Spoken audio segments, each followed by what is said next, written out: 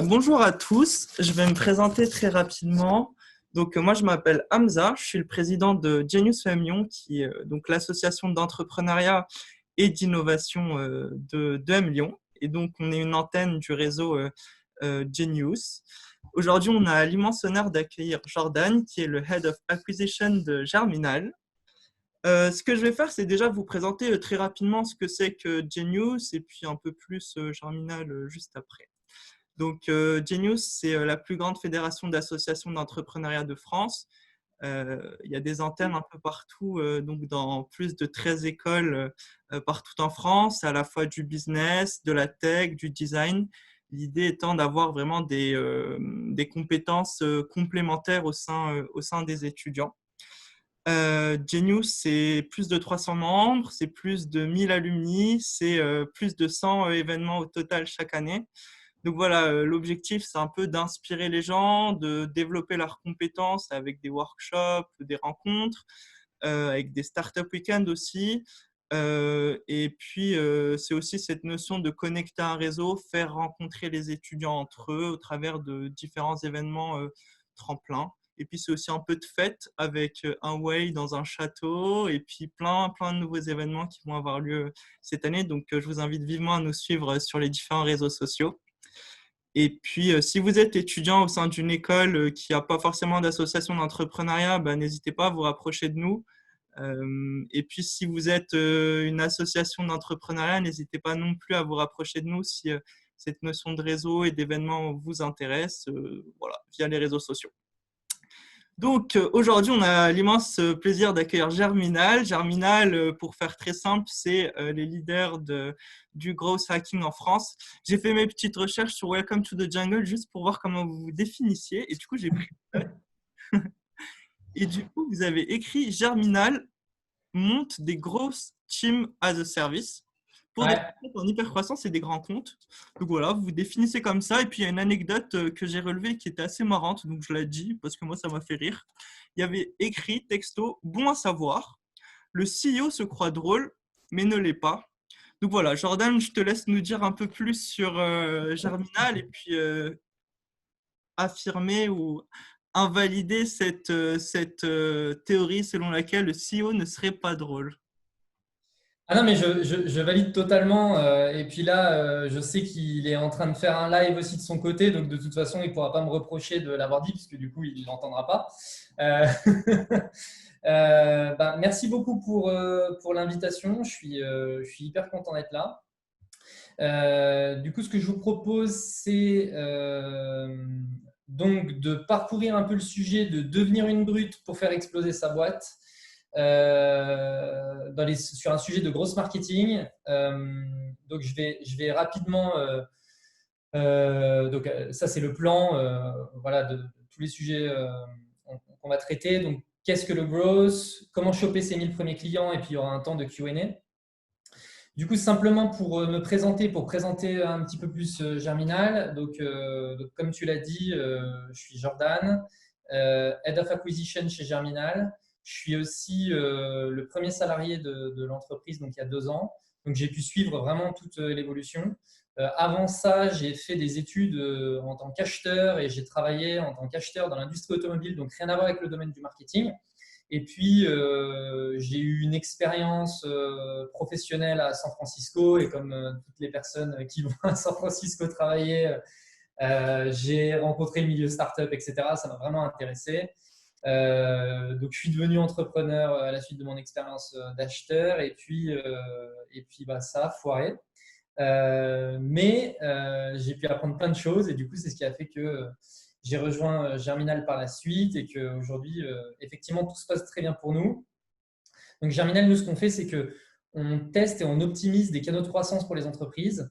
Là, ce que je vais essayer de faire dans cette présentation, c'est essayer en fait de vous transmettre les apprentissages que j'ai pu avoir, qu'on a pu avoir chez Germinal sur comment craquer la croissance de sa boîte, la création de sa boîte.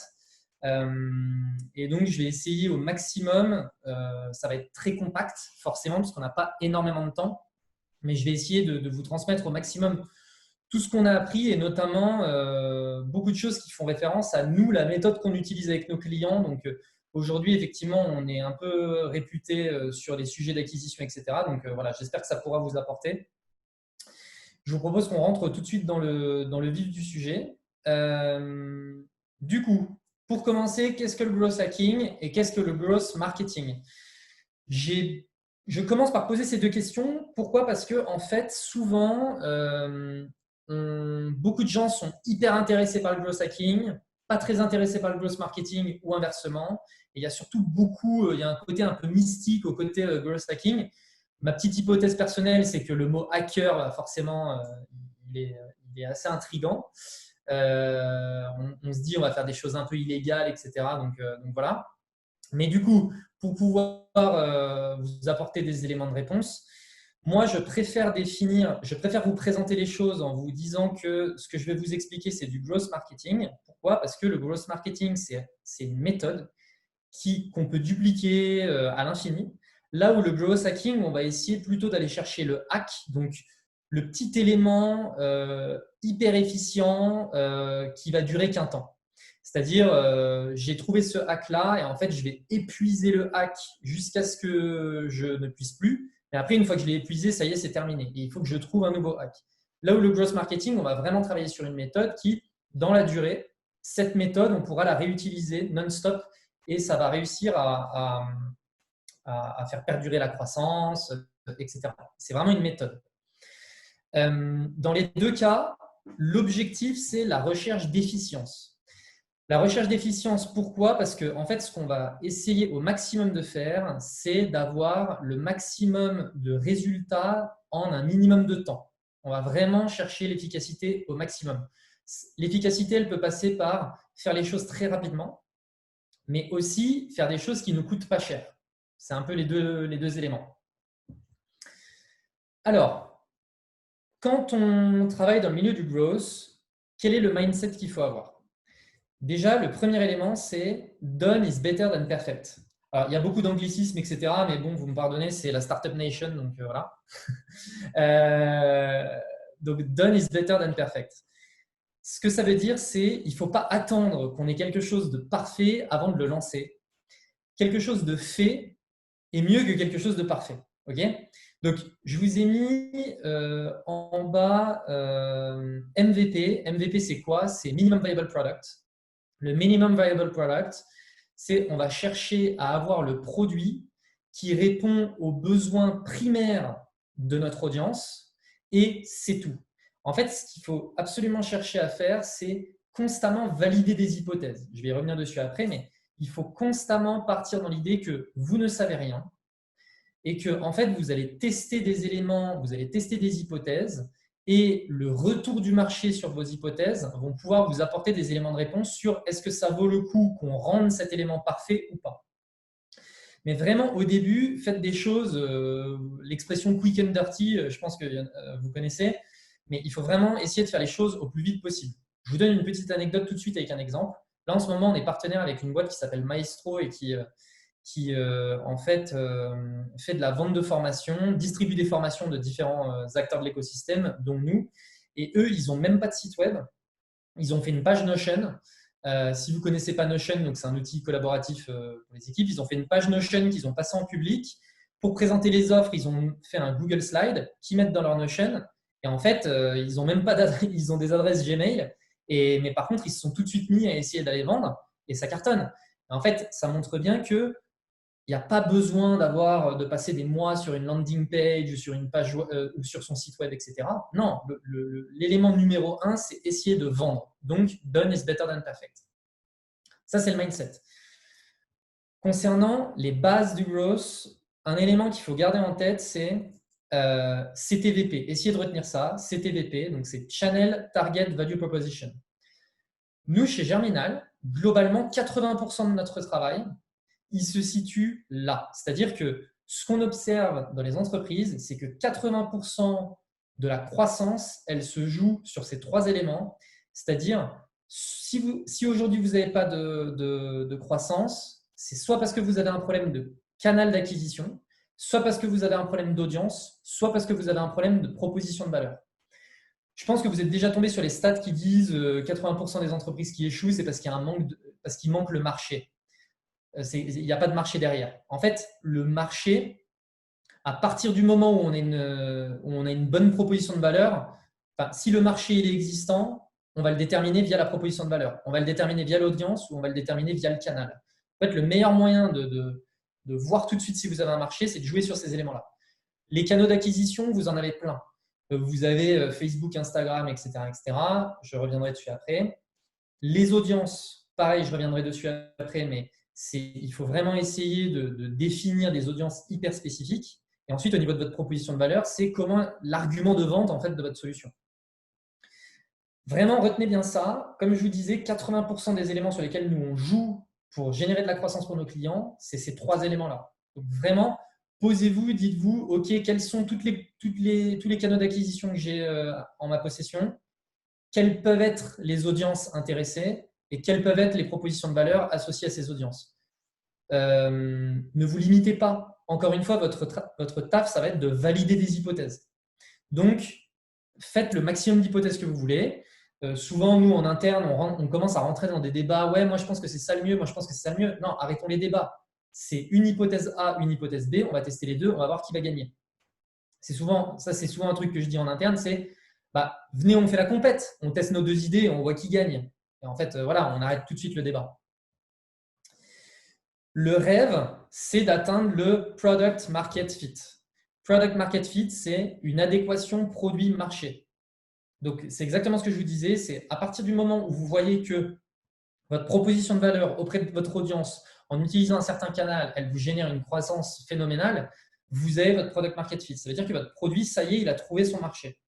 Et ça, c'est vraiment le rêve. Pourquoi? Parce qu'à partir du moment où vous avez trouvé ça, derrière, ça roule. Mais l'objectif numéro 1, c'est atteindre cet objectif-là. OK, le mantra, quand on fait du growth, que j'ai mis beaucoup trop connu, donc je pense que vous devez connaître, mais il y a 2 choses, c'est fake it until you make it et do things that don't scale.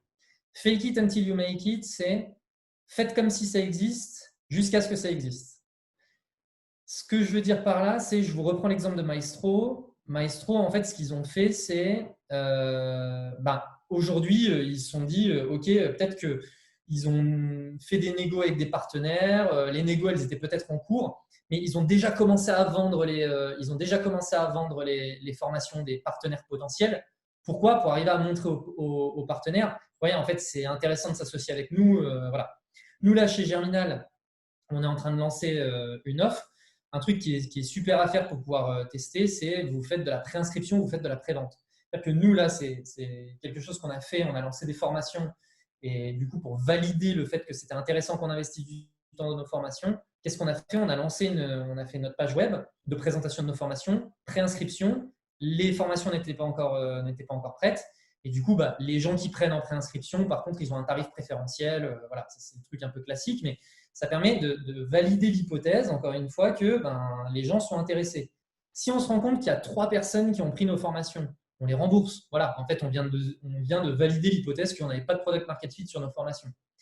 Mais fake it until you make it, c'est voilà, on fait comme si les formations elles étaient déjà présentes, les gens ils se préinscrivent, et puis voilà. Mais vraiment, il faut que les gens ils sortent la carte bancaire et ça permet de valider ça.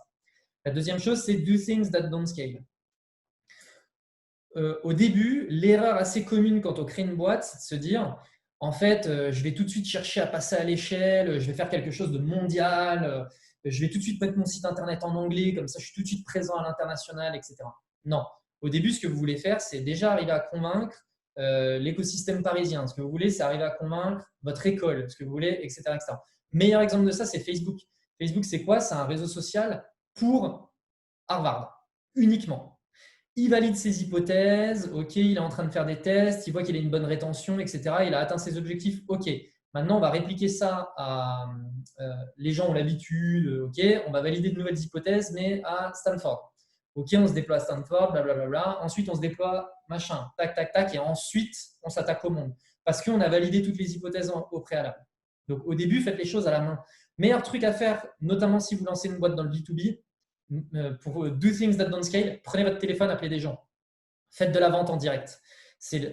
Aujourd'hui, il faut bien se dire un truc, c'est qu'en B2B, les deux éléments qui permettent le plus de ventes, c'est le téléphone et l'email. Alors, vous pouvez toujours essayer de mettre en place des techniques hyper sophistiquées, etc. Gardez ça en tête. Téléphone, email, aujourd'hui, c'est ce qui cartonne le plus. Donc, prenez votre téléphone, écrivez à des gens et essayez de vendre. La vision. Donc, ça, c'est un framework hyper connu aussi dans le milieu du growth. C'est le framework ARE. Donc, c'est acquisition, activation, rétention, referral, revenu. Donc, ça, c'est les différents éléments sur lesquels vous allez pouvoir jouer pour générer de la croissance. L'acquisition, c'est comment je fais venir les gens, comment des gens qui ne connaissent rien de ma boîte vont venir sur mon site web et lire mon site web, par exemple. Ou comment je vais les faire venir sur ma page Facebook, comment je vais les faire venir sur mon profil LinkedIn, etc. Ensuite, l'activation, c'est comment je vais leur faire le premier élément important qui crée du lien avec ma boîte. Je reprends l'exemple de Facebook. Facebook a identifié que quelqu'un d'activé, c'est quelqu'un qui a 3 amis. Donc, ça veut dire qu'à partir du moment où on a 3 amis sur Facebook, on a compris la valeur de Facebook. Donc, je suis activé. Sur Twitter, c'est à partir du moment où on follow 10 personnes, par exemple. Ce n'est pas des sciences exactes, évidemment, hein, mais bon, c'est par rapport à la data qu'ils ont. La rétention, c'est comment vous allez faire en sorte que les gens restent, réutilisent votre solution, reachètent votre produit, etc. Le referral, c'est comment arriver à faire en sorte que les gens en parlent. Donc, exemple classique, Uber qui propose si offrez 10 € à quelqu'un et recevez 10 €, donc ça crée du referral, c'est-à-dire que du coup, je vais en parler à mes amis, puisque tiens, je t'offre 10 €, en échange, tu me donnes 10 €, et puis cet ami, il va en parler avec un ami, il va en parler avec un ami, qui va en parler avec un ami. Et donc ça crée beaucoup de bouche à oreille. Et enfin, le revenu. Comment optimiser son revenu? Donc, le type d'action assez simple, c'est par exemple de faire de l'upsell. Donc, la personne, elle vient d'acheter un produit et derrière, vous lui mettez un truc avec un décompte de 10 minutes en lui disant « Ok, super, vous venez d'acheter ce produit, vous savez quoi? On vous fait une offre de dingue. Pour les 10 prochaines minutes, vous avez ce produit-là à tel prix au lieu de tel prix. » Et là, en fait, on va chercher à optimiser le revenu en proposant de l'upsell, par exemple. Ok?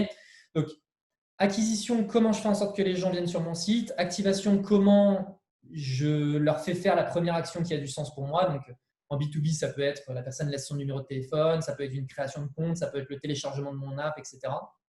Rétention, comment je fais en sorte qu'ils restent. Ça, souvent, le sujet, c'est si vous avez un bon produit, les gens y restent. C'est, voilà. Referral, comment ils en parlent. Revenu, comment j'optimise mon revenu. La méthode. Comme c'est déjà quelque chose qui était un peu induit dans les éléments que j'ai précisés précédemment, les principales étapes du process growth, c'est première étape, on fait des hypothèses. Deuxième étape, on fait une priorisation. Troisième étape, on expérimente. Quatrième étape, on analyse. Tout ça, au centre, on a les KPI, donc vos Key Performance Indicators. Donc, c'est toute la data que vous allez récolter à chaque étape. Les hypothèses, encore une fois, ne vous limitez pas. Okay. C'est-à-dire que parfois, vous pouvez avoir des hypothèses qui vous paraissent un peu farfelues. Je vous donne un exemple. Là. Actuellement, je ne me suis pas lancé là-dedans, mais une hypothèse que vous pourriez faire, vous pourriez très bien vous dire, moi, en fait, je vends des turbines nucléaires. Et en fait, mon hypothèse, c'est que je peux arriver à les vendre sur TikTok.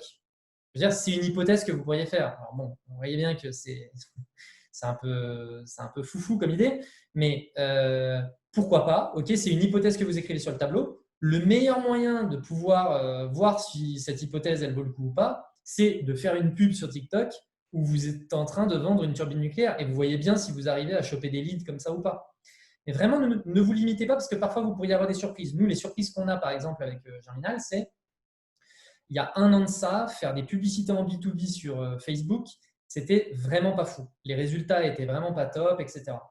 On pourrait très bien se dire, du coup, le B2B pour Facebook, c'est mort. Sauf que amélioration de l'algo, etc., il y a plein de facteurs qui rentrent en jeu. Aujourd'hui, même pour des grands groupes sur des solutions très chères, très lourdes, etc., Facebook fait souvent partie de notre premier canal d'acquisition, même pour les cas que je viens de citer. Donc, c'est important de constamment challenger ces hypothèses et de revenir sur des hypothèses passées parce que amélioration des outils, etc.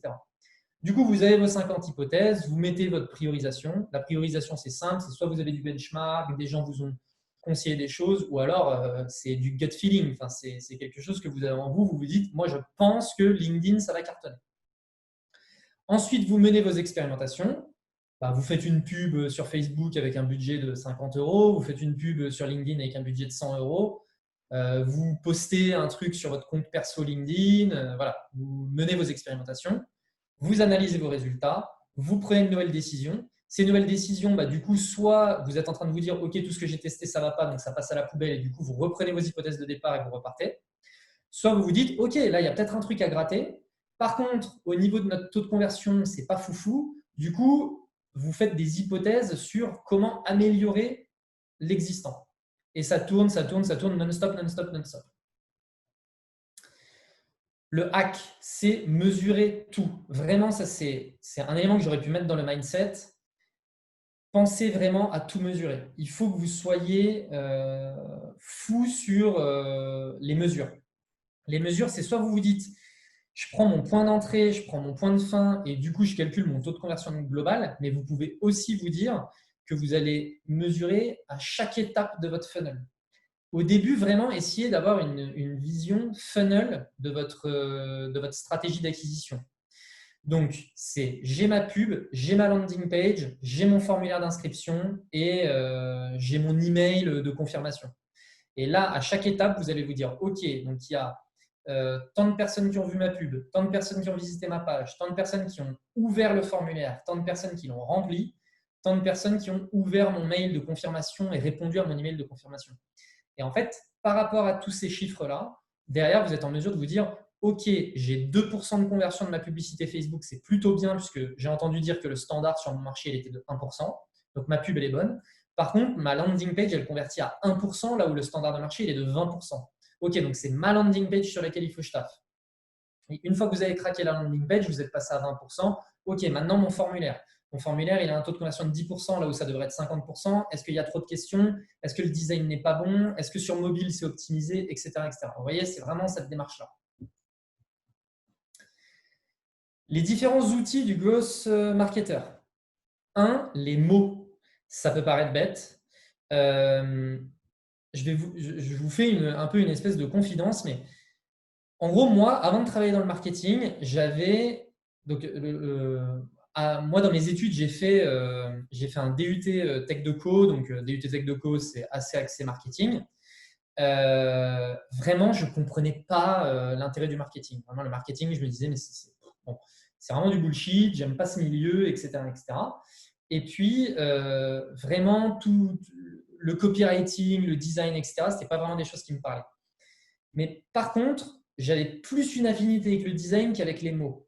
Et puis, plus le temps passe et plus en fait, je me rends compte que le copywriting, c'est juste beaucoup trop puissant. Les mots, si vous regardez par exemple des boîtes qui cartonnent niveau publicitaire comme Burger King par exemple, Burger King, le design, il est assez simple. Pourquoi ils sont si forts? C'est par rapport aux mots qu'ils utilisent. Le fait de faire une blague, c'est jouer avec les mots. Donc vraiment, les mots, c'est hyper important et je ne peux que vous donner un conseil sur le copywriting. Et d'ailleurs, je vous invite à aller voir, on a une chaîne YouTube avec Germinal. Je vous invite à aller la voir. Moi, j'ai une émission hebdomadaire sur un peu où je partage des best practices sur certains sujets. Et j'ai fait une émission notamment sur les landing pages et je parle un petit peu de ça. Donc, je vous invite à aller le regarder comme ça. Je n'y passe pas trop de temps vu que le temps est compté. Mais soyez spécifique. C'est-à-dire, ne tombez pas dans le piège de vouloir faire de l'inspirationnel. Ça, c'est vraiment un conseil que je donne systématiquement. Une proposition de valeur comme « parce que je le vaux bien ». Si vous ne connaissiez pas L'Oréal, en fait, parce que je le vaux bien, je peux être une entreprise de matelas, je peux être une entreprise de curcuma, de vente d'épices, de couches pour enfants, de couches pour personnes âgées. Je peux utiliser parce que je le vaux bien en proposition de valeur. Et donc, ça prouve bien que en fait, c'est une mauvaise proposition de valeur. Donc, dans le cas de L'Oréal, en fait, c'est un slogan et ils le disent tellement que cette phrase est devenue quelque chose pour vous, ça vous fait penser à L'Oréal. Donc, c'est là où ils ont été très forts. Et puis eux, voilà, tout le monde connaît L'Oréal, donc ils peuvent se permettre de faire de l'inspirationnel. au début, ne tombez pas dans ce piège, ne faites pas de l'inspirationnel, soyez spécifique. Ma solution, qu'est-ce qu'elle fait? C'est je permets aux entreprises de personnaliser des emails comme personne et d'augmenter le taux de conversion de vos réponses à vos emails. Fin. Je veux dire, c'est hyper spécifique. Les personnes qui ont besoin d'une solution pour optimiser le taux de conversion des emails, ils vont se dire « Ah, ok, bah, c'est exactement ce dont j'ai besoin. » Mais les mots sont extrêmement importants. 2, les réseaux sociaux.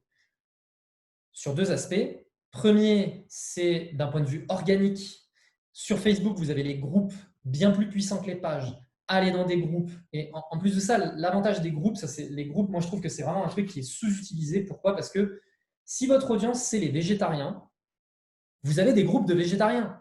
Enfin, c'est complètement dingue, mais vous allez dans un groupe de végétariens et vous allez poser des questions à des végétariens. C'est-à-dire, au lieu d'aller chercher autour de vous, ah tiens, est-ce que toi tu es végétarien, j'aurais peut-être un questionnaire à te faire passer, etc., etc. Non, en fait, allez dans un groupe de végétariens, allez leur poser la question. C'est aussi simple que ça. C'est gratuit, vous avez une cible parfaite, c'est juste nickel. Sur LinkedIn, vous pouvez vous créer votre réseau. Aujourd'hui, l'engagement des posts, il est super bon si vous faites du bon boulot. Donc voilà, allez-y à fond. Et puis le deuxième aspect, c'est publicitaire. Aujourd'hui, les réseaux sociaux, c'est intestable d'un point de vue publicitaire. C'est-à-dire que d'un point de vue ROI, c'est incroyable. D'un point de vue coût, c'est incroyable. Enfin, vraiment, allez-y à fond.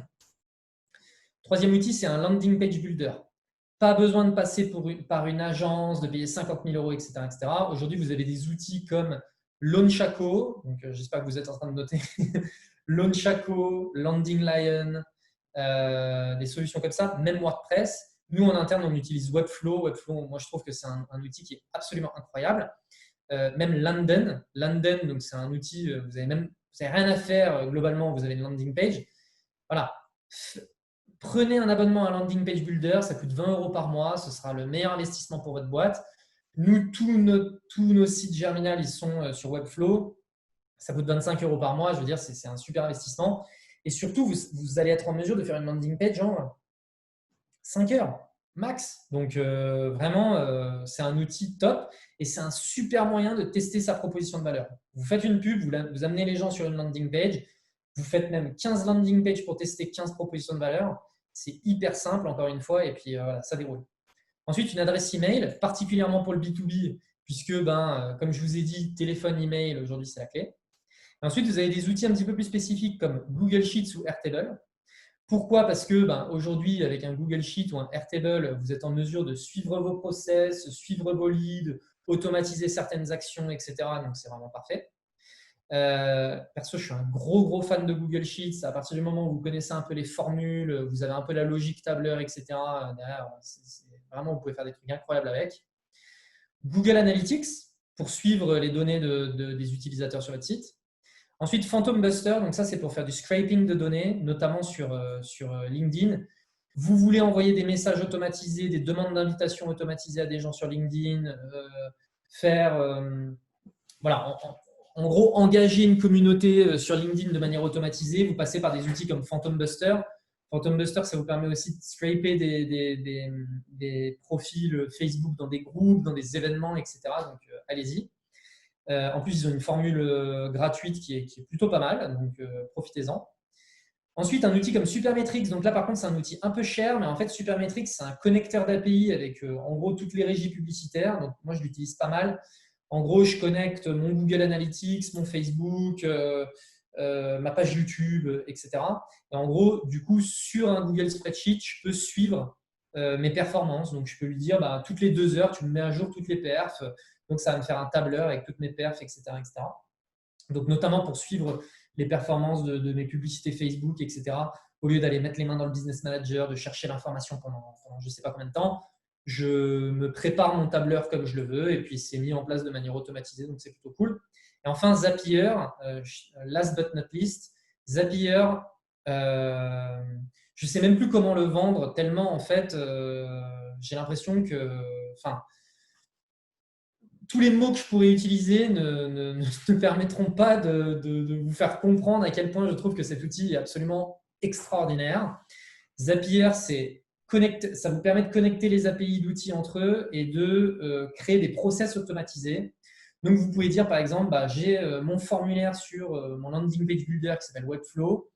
Et dès qu'il y a quelqu'un qui va laisser son adresse email sur mon formulaire, je vais mettre ses coordonnées dans un Google Spreadsheet pour suivre, parce que ça va être là que je vais suivre toutes mes infos. Et puis, je vais lui envoyer un email automatisé. Et puis, s'il ne répond pas à mon email, je vais lui envoyer ça. Et puis, ensuite, je vais le mettre sur Airtable. Et s'il répond à mon email, il va se passer ça. Enfin, c'est vraiment complètement incroyable. Moi, du coup, avant de travailler chez Germinal, j'avais une boîte. J'avais globalement automatisé l'ensemble des process. Et en 3 mois, j'étais arrivé à faire 100 000 € de chiffre d'affaires simplement grâce à un WordPress, un Typeform, Zapier et mon adresse email. Enfin, vraiment, et un Trello. Vraiment, sans rigoler, c'est exactement ça qui se passait, quoi. Tout était automatisé et moi, mon boulot, c'était simplement d'amener les gens sur ma page web et ensuite, ils convertissaient et tout était automatique. Allez regarder Zapier. Ok, la preuve que le growth marketing et le process, ça fonctionne, c'est ce graphique qui vous montre là. Je vais essayer de vous le montrer. Sur cette partie-là, donc ça, c'est la croissance de Twitter.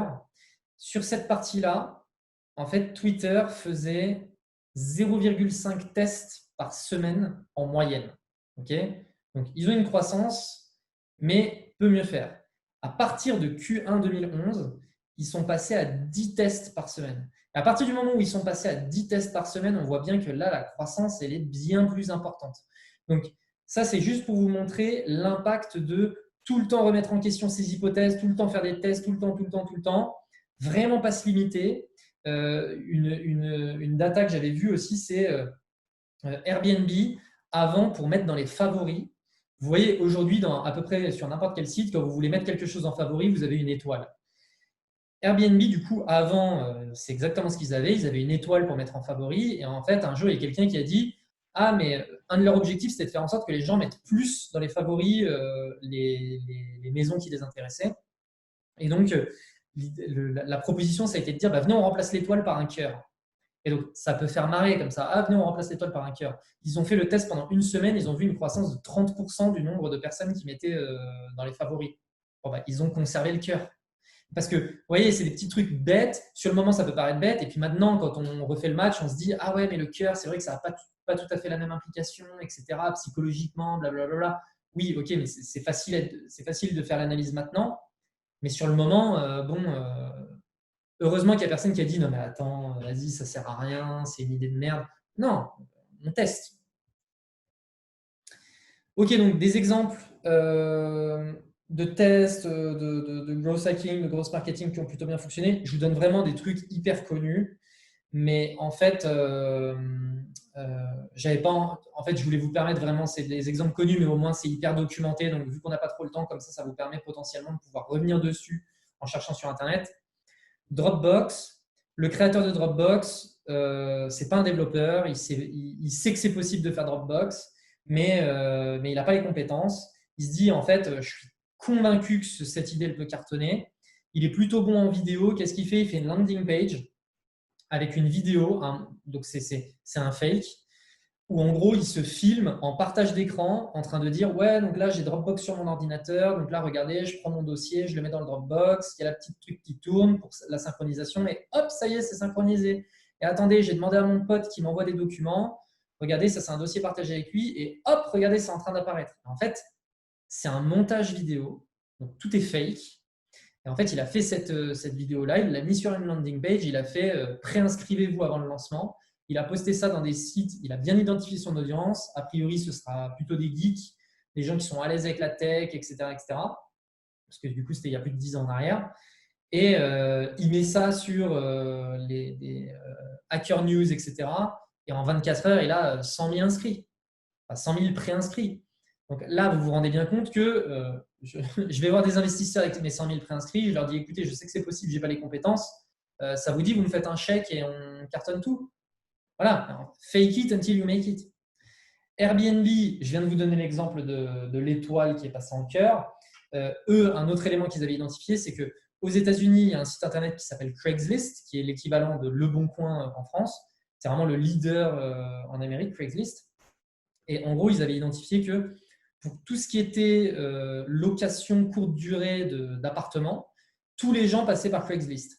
Donc, qu'est-ce qu'ils ont fait? En fait, à chaque fois que quelqu'un postait une annonce sur Airbnb, elle était postée automatiquement sur Craigslist, mais du coup, la description de l'annonce était coupée.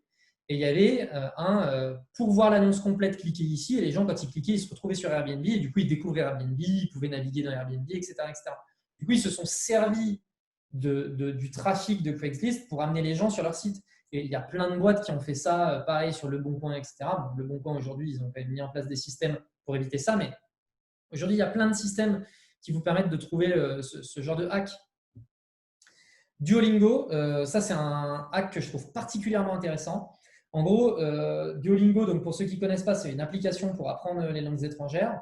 En fait, ce qu'ils ont identifié, c'est que quand les gens s'inscrivaient, on leur dit « Ok, tu es là pour apprendre quelle langue ?» Ils disaient, je ne sais pas, par exemple, l'anglais. Et là, on leur disait « Ok, on va vous faire passer un test pour valider votre niveau d'anglais et vous proposer du contenu personnalisé. » Et les gens n'allaient pas au bout du test. Donc, en fait, ils avaient un énorme drop à ce niveau-là. Le petit truc, le petit hack qu'ils ont utilisé, c'est qu'en fait, ils ont joué sur l'orgueil des gens. Et donc maintenant, alors ça a bien changé depuis, mais à cette époque-là, c'est quelle langue vous souhaitez apprendre, l'anglais. Et là, ils rajoutaient la question, quel est votre niveau? Donc débutant, intermédiaire, confirmé. Et une fois que vous aviez sélectionné votre niveau, ils vous disaient, OK, vérifions ça. Et là, ils vous faisaient passer le test. Et vous voyez, là, du coup, ils ont joué sur le côté challengeant. C'est-à-dire que c'est plus « Ok, maintenant, on va vous proposer du contenu personnalisé, faites le test. » Non, c'est « Ah ouais, vous pensez que vous avez ce niveau? Vérifions-le. » Et là, les gens, ils allaient jusqu'au bout du test parce qu'ils avaient envie de prouver qu'ils avaient les niveaux qu'ils avaient annoncés. Donc, vous voyez, ce genre de choses, c'est hyper, hyper intéressant. Là, c'est pareil. Vous faites vos hypothèses. Ok, je pense que les gens, ils ont besoin d'être challengés, blablabla. Ce test-là, il est rapide à mettre en place. Vous rajoutez une page à votre app qui ne sert à rien. C'est-à-dire que cette data en interne, en base de données, elle n'est même pas conservée. Ensuite, vous dites à la personne, OK, on va faire le test. Peu importe le niveau qu'elle a choisi, c'est le même test. Si je fais un résumé avant de passer aux questions, c'est le marché qui vous éduque, non pas l'inverse. Souvent, on dit, ouais, j'ai pas de résultat, mais je pense qu'il faut que j'éduque le marché, ma solution est trop innovante, etc. Non, un petit peu d'humilité. Le marché, en fait, il s'en fout il ne vous attend pas. Personne ne vous attend.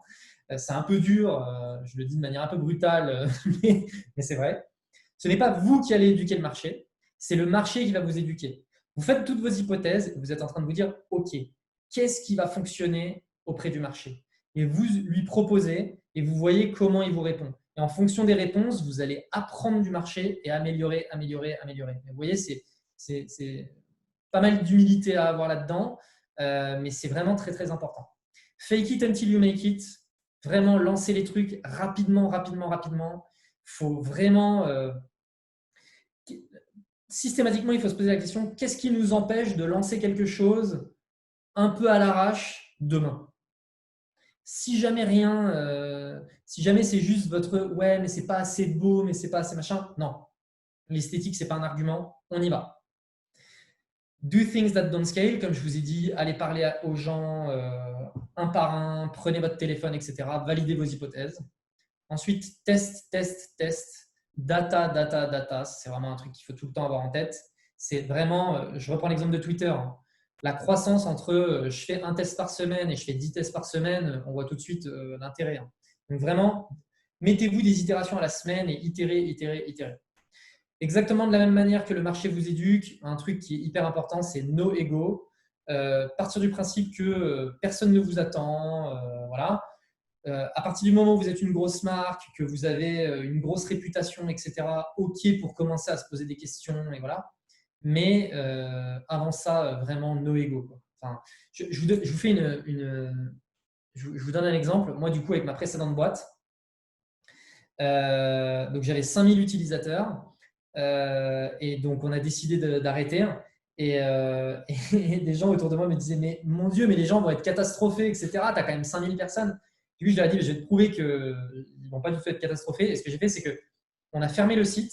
Donc, il y avait une erreur 404. Mais nos adresses email, le chat et tout étaient toujours fonctionnels. Mais on a arrêté comme ça du jour au lendemain. Et personne ne nous a écrit. Personne ne nous a écrit dans le chat pour dire que notre site buguait. Personne ne m'a écrit d'email pour me dire que mon site buguait. Rien du tout. Donc, juste, les gens se sont dit ah tiens, ça marche plus. Et ils sont partis. Next. Et tous ces gens-là m'ont oublié. Je pense que si je les recontacte, ils se souviennent même plus qu'ils étaient inscrits sur, euh, sur mon outil. Donc voilà. Revenez systématiquement aux fondamentaux, CTVP, Channel, Target, Value Proposition. Vraiment, essayez de jouer sur ces éléments-là. Jouez sur votre copywriting, jouez sur vos audiences. Et essayez de vous former tout le temps, tout le temps, tout le temps. Ça, c'est vraiment le côté autodidacte quand on est entrepreneur. C'est hyper, hyper important. Donc, formez-vous tout le temps, tout le temps. Il y a plein de formations en ligne. Nous, on a des formations chez Germinal, mais il y en a plein d'autres qui sont vraiment géniales aussi. Donc, YouTube, super moyen de se former. Ce genre d'initiative, super moyen de se former. Donc, voilà. Ça fait 45 minutes, enfin un petit peu moins, mais 35 minutes, puisqu'il y avait la petite intro d'Hamza. Mais du coup, merci de votre attention et on va passer aux questions. Bah, très cool, merci beaucoup Jordan, c'était super intéressant avec mon petit regard objectif à l'extérieur.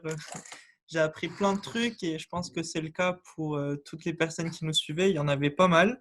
Donc je vais te poser les questions, enfin on a relevé pour moi les questions dans le chat, je vais te les poser. Donc, il y a une première question de Philippe Carpentier, c'était au début de ton intervention. Il te demande si toutes les hypothèses sont liées à de l'ADS. Je ne sais pas si tu te rappelles au début quand tu parlais de… Oui, bien sûr. Est-ce que toutes les hypothèses sont liées à des ads? C'est ça que tu dis? Ouais, Alors, non. En fait, les ads, et notamment particulièrement sur Facebook, c'est vrai que c'est un super moyen de valider des hypothèses. Pourquoi? Parce que en fait, sur des publicités, vous pouvez jouer sur plusieurs niveaux. C'est-à-dire que dans vos publicités, vous pouvez jouer sur la créative, vous pouvez jouer sur les mots, vous pouvez jouer sur votre audience. Donc, c'est un super moyen de pouvoir tester déjà ces trois éléments-là. Mais par contre, les tests, ils peuvent porter sur votre landing page, ils peuvent porter sur votre questionnaire, ils peuvent porter sur ne serait-ce que votre call to action.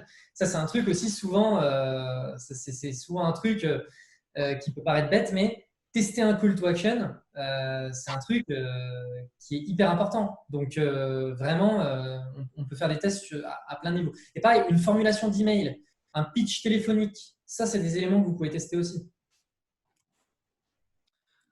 Sarah nous demande où trouver les données moyennes, donc taux de conversion sur les différentes plateformes, par exemple. Alors, sur les différentes plateformes publicitaires, le taux de conversion, il s'appelle le CTR, Click-Through Rate.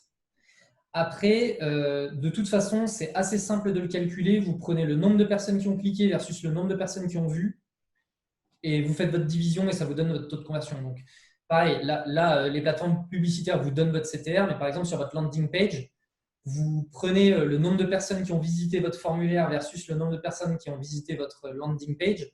Vous faites votre division et vous avez votre taux de conversion de votre landing page. Donc, voilà. Alors, Flo, Kilbir, ça c'est le M.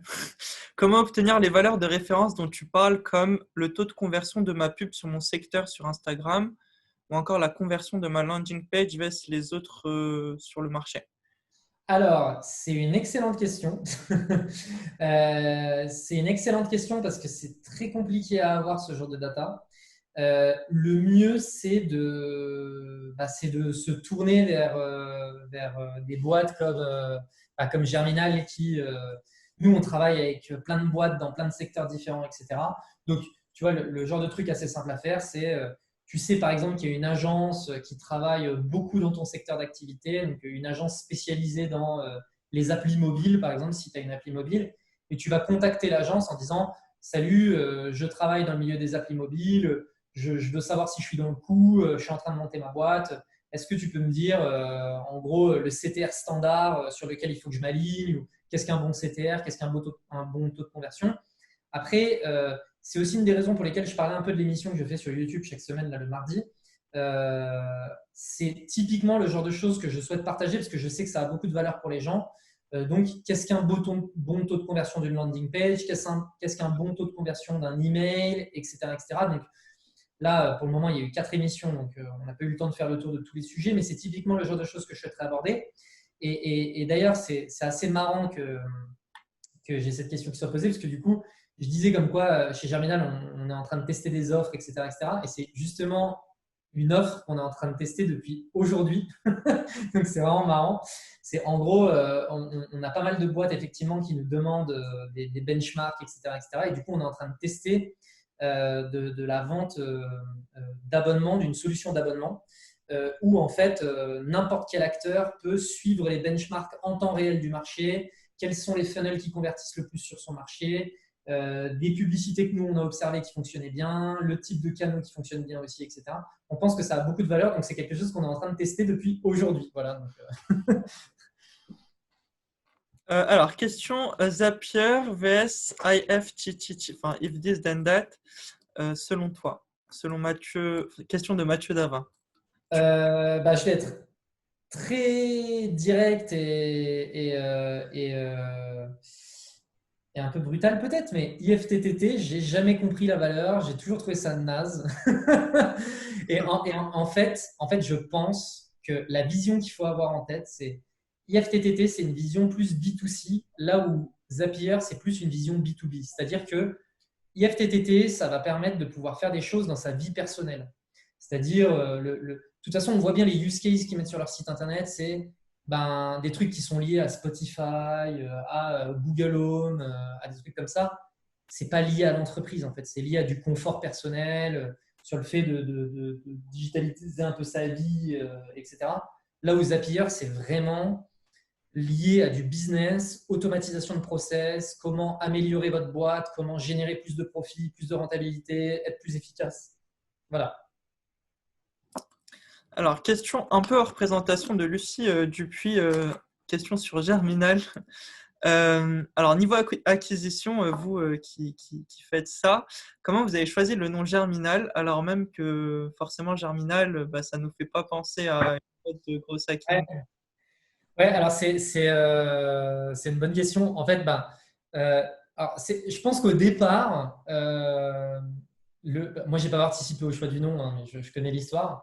Euh, je pense qu'au départ, il trouvait juste le nom cool. Puis bon, il y a une histoire que je vais raconter derrière, mais en fait, maintenant, on se rend compte que face à nous, il y a une Zola, quoi. Enfin, voilà. C'est-à-dire que notre concurrent principal, il est quand même costaud. Donc, forcément, notamment sur le SEO, se positionner sur le terme germinal, c'est pas facile. Mais pour ce qui est de l'histoire de Germinal, pourquoi on s'appelle comme ça? En fait, Germinal, c'est le nom du mois de la croissance dans le calendrier révolutionnaire à l'époque de la Révolution française. Donc, c'est le mois de la germination et donc de la croissance, des fleurs, etc. Et donc, étant donné que nous, on dit qu'on génère de la croissance pour nos clients, et voilà. Évident. C'est tout à fait évident. Non, mais en réalité, c'est pas évident, mais quand on raconte l'histoire, les gens disent ah putain, c'est pas mal. Donc, Non, des histoires à raconter et des questions à exactement. Alors du coup, autre question de Lucie qui est un peu plus liée à la thématique, c'était par rapport à ton exemple de Airbnb. La question qu'elle pose, c'est tu fais un test complet en mode on change toutes nos étoiles par des cœurs et on voit ce que ça donne, ou alors tu fais un A/B testing En fait, le truc, c'est que, je veux dire, changer une étoile par un cœur en back-office, c'est rien du tout. C'est-à-dire que, en fait, on a un picto étoile et ce picto étoile, il est présent sur toutes nos images, et ben on va le changer en picto cœur. Et en fait, le meilleur moyen de tester, c'est de faire quoi? Alors, Airbnb, en plus, à cette époque-là, ce n'était pas aussi gros qu'aujourd'hui. Donc, il y a deux manières de faire, hein, mais à notre niveau, on va dire, vous changez votre étoile par un cœur, vous faites ça pendant une semaine et vous comparez les résultats de la semaine avec le cœur avec les résultats de la semaine précédente. Et puis, au pire, vous revenez sur une étoile. Je veux dire, ça n'a pas complètement pété votre business. Ce qu'on voit, c'est par exemple Facebook, quand ils sont en train de tester des nouvelles choses, je ne sais pas si vous suivez un peu ce genre de choses, mais par exemple, quand Facebook il veut tester, là par exemple, on a beaucoup parlé du fait que Instagram, ils avaient testé le fait d'enlever le nombre de likes sur les images parce que ça crée beaucoup de problèmes psychologiques auprès des utilisateurs, etc. Ce qu'ils ont fait, c'est qu'ils ont enlevé le like dans une région australienne, dans une région américaine, dans une région canadienne, et ils comparent ça par rapport à précédemment. Et ensuite, si ça donne des résultats satisfaisants, ils déploient à l'international.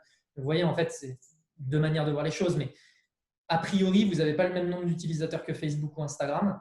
Donc, vous pouvez vous permettre de faire un test pendant une semaine qui impactera tous les utilisateurs. Tu as beaucoup parlé de l'importance des mots plus que l'esthétique par moment. Et du coup, Philippe te pose cette question. Pour une marque de mode, l'esthétique, donc photo de qualité par exemple, est-ce qu'elle est si secondaire que ça? Alors, non, mais bien sûr, tout est à relativiser. Ce que je veux dire, c'est il y a des domaines dans lesquels l'esthétique, c'est une valeur intrinsèque de produit. C'est-à-dire que quand on achète des vêtements, on achète avant tout, on peut se raconter toutes les histoires du monde sur le fait que j'achète cette marque particulièrement pour tel truc, tel truc, tel truc. La réalité, c'est les gens achètent des vêtements parce que ils les trouvent cool, ils les trouvent beaux. Donc, la beauté du produit est une valeur intrinsèque du produit dans ce cas-là. Donc, évidemment que l'esthétique va être super important et le meilleur moyen de mettre en avant l'esthétique d'un produit physique, c'est la photo. Ça, c'est une évidence. Mais ce que je veux dire, c'est que allez regarder, par exemple, une marque dans la mode comme Asphalt. Vous allez regarder une marque comme Asphalt. Qu'est-ce qui les distingue des autres? Ok, ils ont des photos hyper cool, des vidéos hyper cool, etc. etc. Ce qui en fait, il y a plein de choses à prendre chez Asphalt, le fait qu'ils soient en modèle précommande, donc il y a un côté un peu FOMO, etc., etc. Il y a un élément qui est très très puissant chez eux, c'est les mots qu'ils utilisent. C'est ce mélange un peu brut, euh, viril et marrant, et décalé. Il y a un peu un truc comme ça. Et donc, vraiment, les mots sont hyper, hyper, hyper importants. Question de Corentin qui te remercie pour les exemples que tu as pris avec Dropbox, Airbnb et Duolingo. Il te demande si tu n'as pas des exemples de case study en B2B parce que selon lui, c'est son problème à lui. Et il sait que le tel et le mail, bah, ça marche bien, sauf que c'est peu scalable. C'est quoi ton avis sur cette question? Et puis peut-être un exemple de case study B2B? Ouais, alors, actuellement, en B2B, un truc qui fonctionne. Alors, les case studies que j'ai en B2B, en fait, la problématique, c'est qu'ils sont très techniques. C'est-à-dire que on passe par des solutions qui vont détecter l'utilisateur sur notre site web. Puis, grâce à Zapier, je vais arriver à automatiser le fait de le trouver sur LinkedIn. Puis, je vais lui demander une demande de connexion. Puis, je vais lui envoyer un email. Puis, je vais le mettre dans une audience personnalisée dans Facebook. Enfin, voilà. Moi, ce que je peux dire sur le B2B, au-delà des case studies, qui sont, comme je l'ai dit, un peu techniques, deux conseils que je peux vous donner pour vraiment gagner en efficience. C'est un, gardez en tête que le taux de conversion, le temps de conversion en B2B est souvent plus long qu'en B2C. En B2C, les gens vont pouvoir prendre des décisions. Vraiment, c'est je vois une publicité, je clique, il y a le compteur, je mets ma carte bancaire, allez, c'est bon, c'est parti. En B2B, les gens vont comparer, le temps de conversion est un petit peu plus long. Et donc, il y a une technique que nous, on identifie chez Germinal qui fonctionne particulièrement bien, c'est le multipoint de contact. Je ne vais pas créer du lien uniquement sur Facebook avec la personne, je vais proposer un livre blanc à télécharger gratuitement sur Facebook. Les personnes qui vont venir sur ma landing page, je vais les retargeter sur LinkedIn. Une fois que je les ai retargetés sur LinkedIn, je vais trouver le moyen de leur envoyer un email en scrapant de la data sur LinkedIn et du coup, je vais leur envoyer un email. Et voilà, donc là, c'est vraiment du multipoint de contact. Je vais faire du retargeting vidéo sur YouTube avec un testimonial client vidéo, ce genre de choses. Le deuxième truc, c'est les chats sur les sites. Vous voyez, les petites chatbox. Donc, par exemple, on a un outil français sur le site de Germinal qui s'appelle Crisp, que moi j'adore. Un outil qui s'appelle Drift aussi, un outil américain, énormément de succès. D'ailleurs, si vous voulez une boîte qui, en termes de copywriting, est vraiment excellente, c'est Drift. Allez regarder Crisp, Drift, etc. Vous mettez un chat sur votre site. C'est un super moyen d'avoir du lead rapidement. Et encore une fois, au début, effectivement, faites des choses qui ne scalent pas, mais à un moment donné, vous allez identifier que en fait, les gens vous posent tout le temps les mêmes questions, les gens réagissent tout le temps de la même manière sur votre site, ils vont toujours visiter le même genre de page, ils vont toujours machin. Et après, vous pouvez très bien utiliser des outils de bots, donc comme Crisp ou Drift, qui vont qualifier automatiquement les gens, qui vont booker automatiquement des rendez-vous avec les sales ou qui vont directement permettre aux gens de payer en ligne, etc. Donc voilà, c'est un peu mes conseils. Ok. Bon, on arrive au terme de ces 1 heure, mais il y a encore une bonne dizaine de questions. Donc, si ça te va, on peut prendre encore 5-10 minutes. Ouais, pas de souci, vas-y. Ok, trop cool. Tu utilises quoi comme outil pour identifier la source de tes leads à part Google Analytics? Question de Lucie. Google Analytics, honnêtement, c'est suffisant. Après, il y a Facebook Analytics. Facebook est un outil d'analytics aussi qui est vraiment puissant. Donc, allez regarder du côté de Facebook Analytics aussi. Mais ouais, Google Analytics, pas besoin d'autre chose.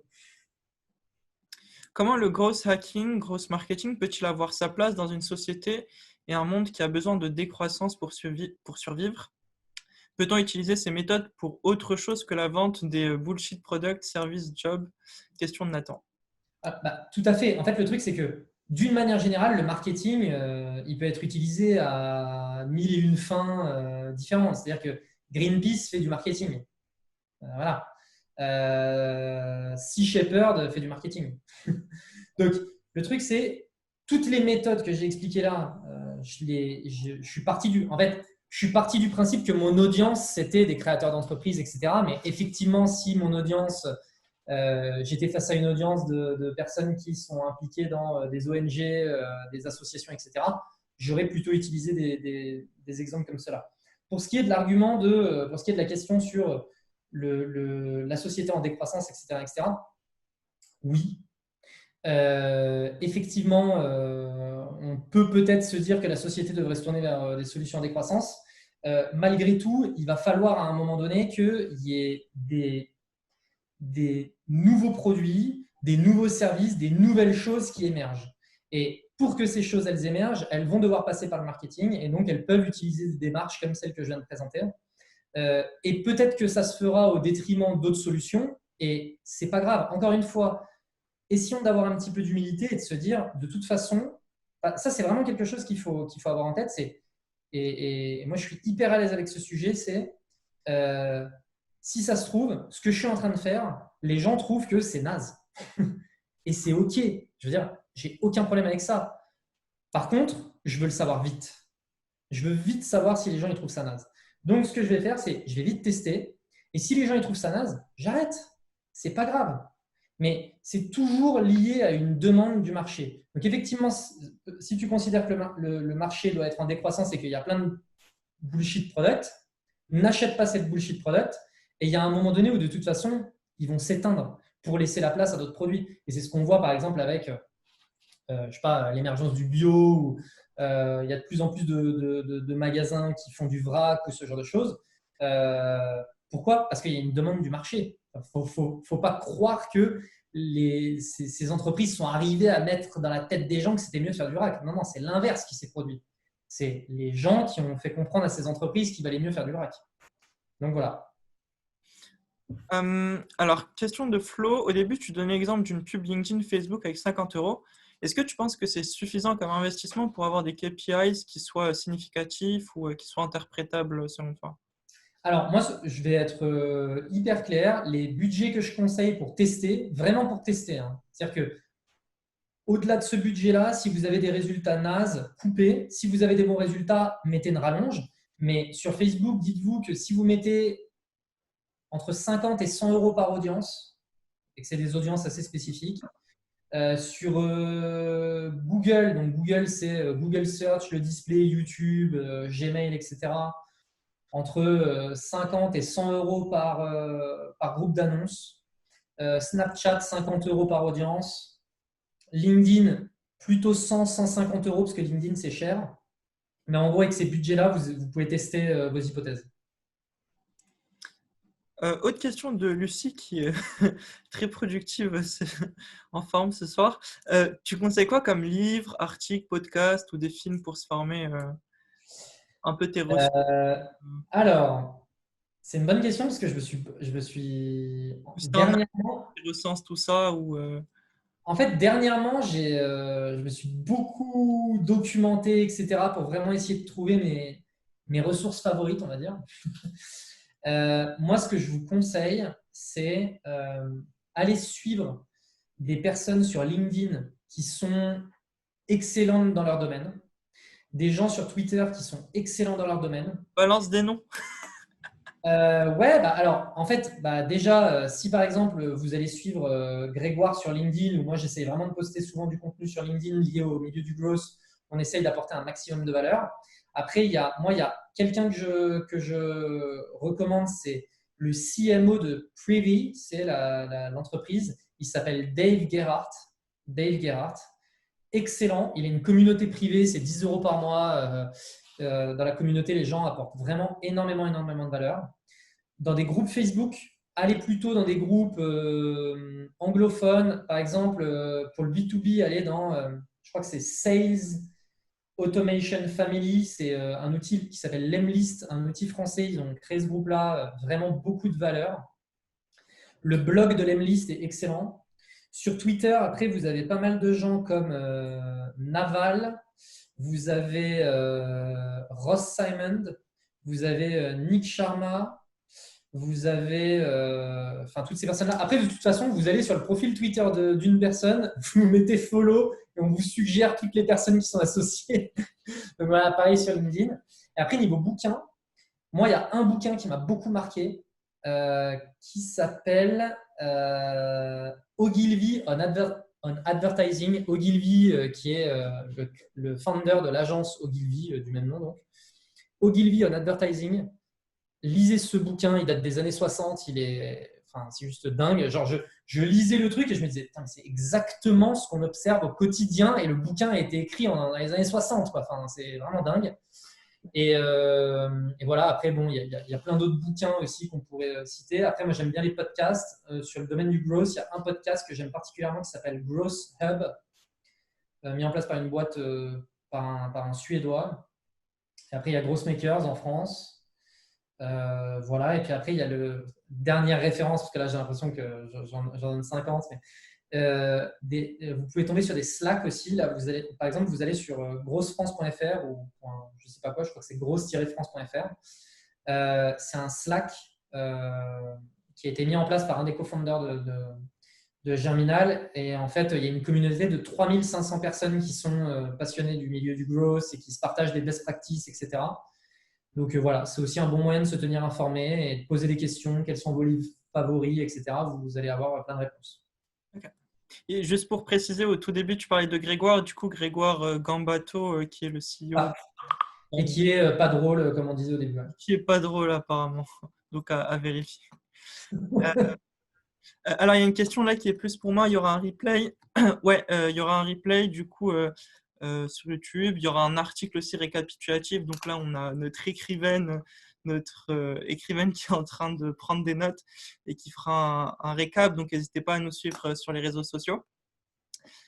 Question de Axel. Pour faire de l'A/B testing d'objets de mail, tu recommandes combien de mails minimum pour avoir de la data fiable?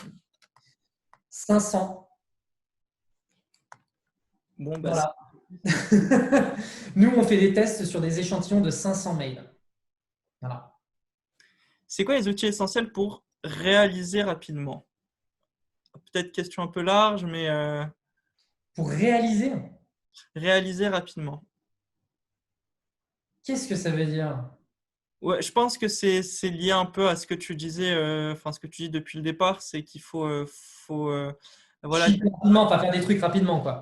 Ouais, mais je pense que ça fait aussi référence à tes outils que tu Ouais. citais tout à l'heure. Donc, Exactement. Je renvoie vers les outils que j'ai donnés, mais vraiment Webflow, en gros, moi dans ma toolbox, juste avec Webflow, Zapier, Google Spreadsheet, une adresse email et les réseaux sociaux, je pense que je peux faire à peu près n'importe quoi. ok, génial. Tu n'as pas parlé de SEO. Est-ce que c'est un canal d'acquisition pour toi? Question de Philippe Carpentier. C'est totalement un canal d'acquisition. Par contre, il faut faire très attention.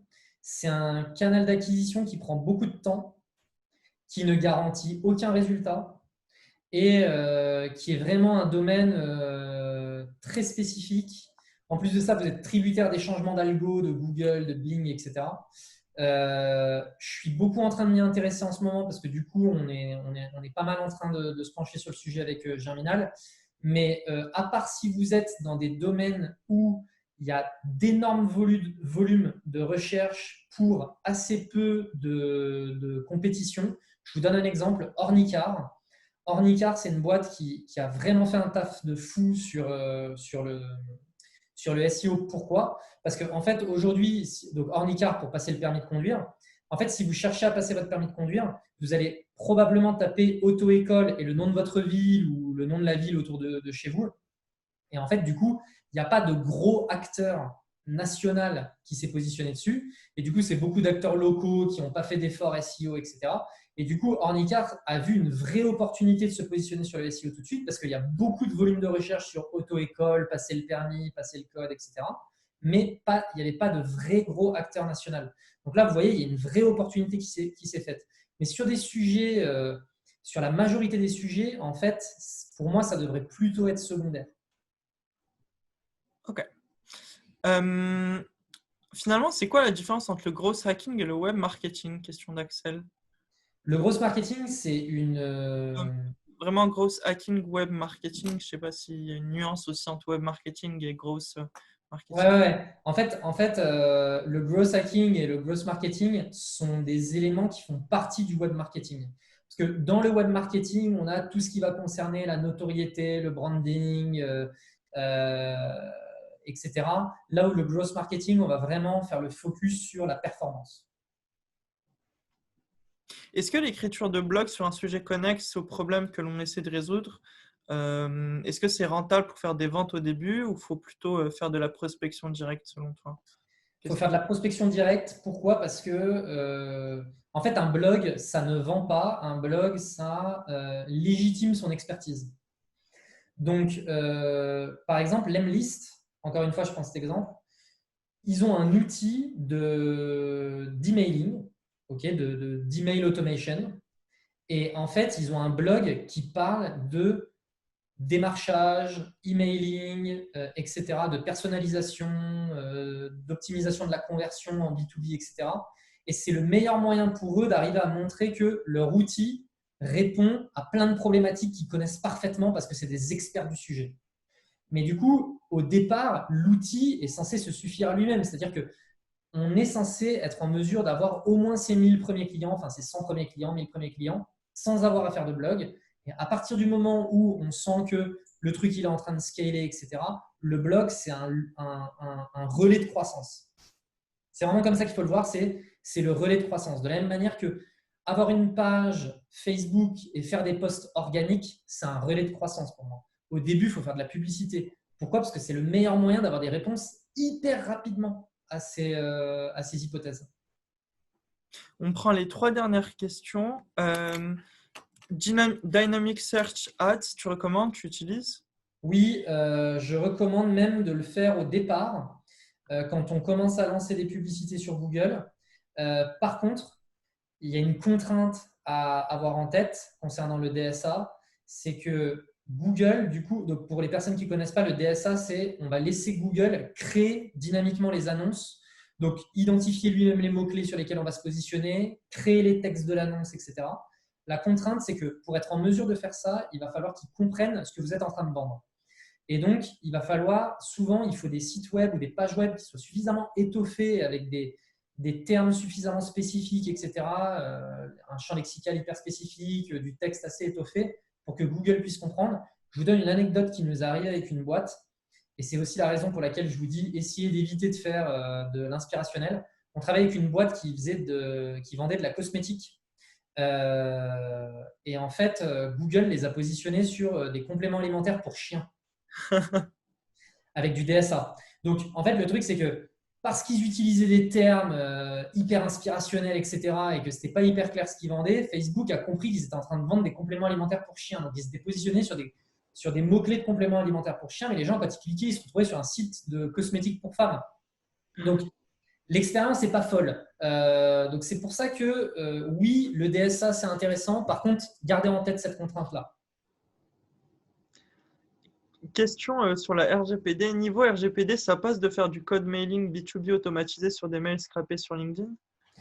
Ouais, les règles en RGPD sur le B2B sont plutôt laxes. Donc, faut en profiter. C'est peut-être quelque chose qui va évoluer dans le temps.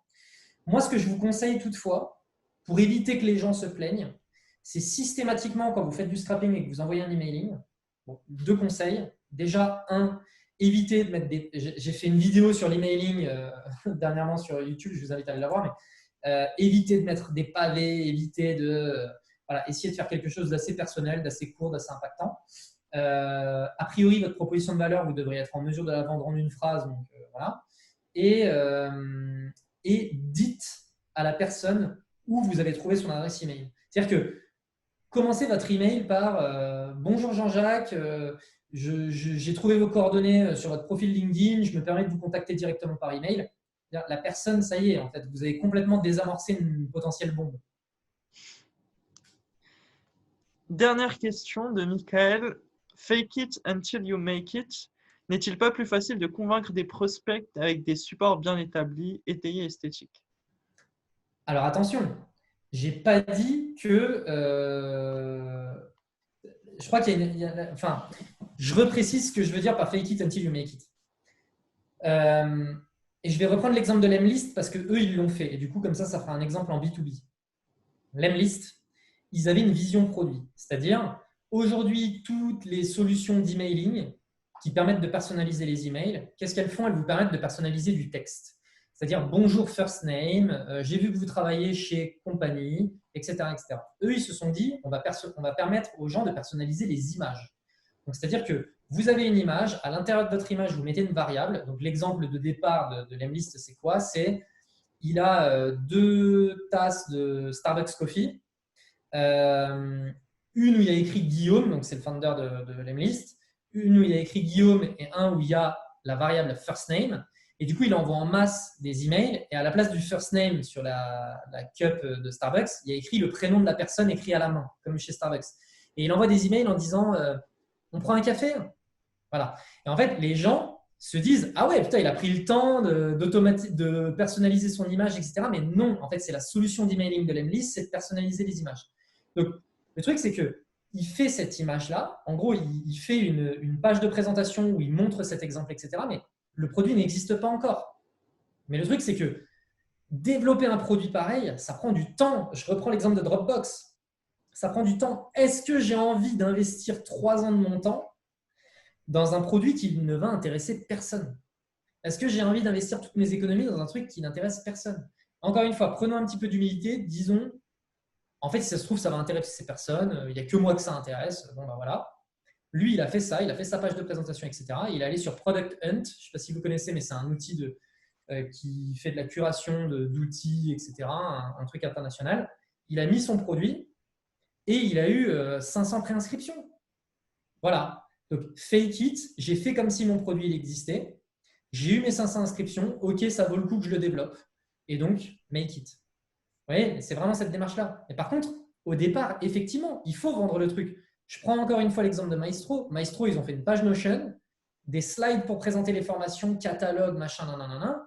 Vous cliquez, ouais, moi je suis intéressé par cette formation, il y a un Typeform. Je veux dire, ils n'ont pas un site web hyper bien chiadé avec un funnel hyper complexe, une technologie hyper lourde qui a pris des mois. Non, leur truc, en 2 jours, il est sorti de terre. C'est ça que je veux dire par fake it until you make it. Ok, bah écoute, merci beaucoup Jordan pour cette super présentation, ces super outils, ces super réponses. Je pense qu'on a énormément appris, donc merci au nom de tout le monde. Ben, merci Hamza, merci à tous, à Genius pour l'invitation. J'étais ravi d'être présent et voilà, j'espère avoir apporté un maximum de valeur aux gens. Et si jamais il y en a qui ont des questions qui restent en suspens, n'hésitez pas à m'ajouter sur LinkedIn, à venir m'écrire ou voilà, je me ferai un plaisir de vous répondre. Génial. Et puis pour tous ceux qui se posent des questions sur Genius, comme je disais en introduction, n'hésitez pas à nous contacter sur les réseaux sociaux. On se fera un plaisir de vous répondre, nous aussi, de répondre à vos questions. Bonne soirée.